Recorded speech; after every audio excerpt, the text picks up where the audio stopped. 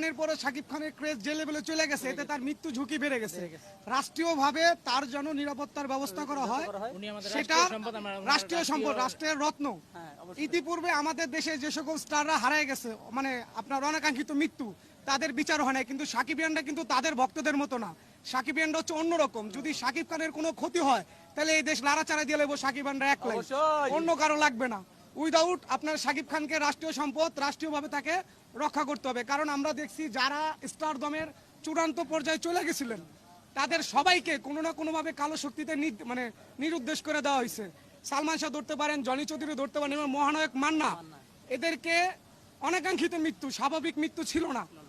ঠিক ওইভাবেই শাকিব খান হচ্ছে বাংলাদেশের শেষ লাস্ট মেগাস্টার।